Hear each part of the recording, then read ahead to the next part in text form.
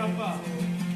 Nej, jo, du som sitter bakom bänken. Du kan tro att du kan tänka, men du har ingen hjärna, eller? Jo, det har du. Ja, hjärna, det har du.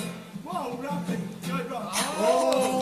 Vi tycker om ditt blonda. Vi älskar dig, du är vacker som ett får. Fast det var ganska taskigt sagt. Och jag är snäll, för jag vill ha det sagt att jag är snäll. Han är snäll. Som en novemberkväll när man har tagit en Xylitol.